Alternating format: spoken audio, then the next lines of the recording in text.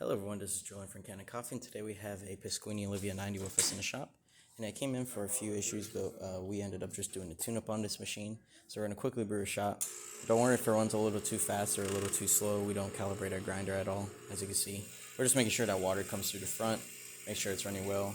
A tune-up is a deep cleaning and also descaling the boiler and the heat exchanger pipe.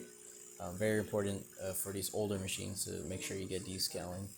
And so, as you can see, water's running fine. And since we've been warming up for quite a while, we should have steam since it's a heat exchanger. Heat exchanger machines, all that means is that the boiler inside of it is dedicated to just steam and hot water. But the hot water, and also hot water one, but for brewing, how it gets water is it runs a copper pipe throughout the boiler that doesn't touch the water on the inside of it, but warms it up to roughly around 200. It could get really hot since it's inside the steam boiler. But yeah, that's about it for this repair. If you like this video or any of other repairs on our channel, leave a like, subscribe, hit the bell. Thanks for watching.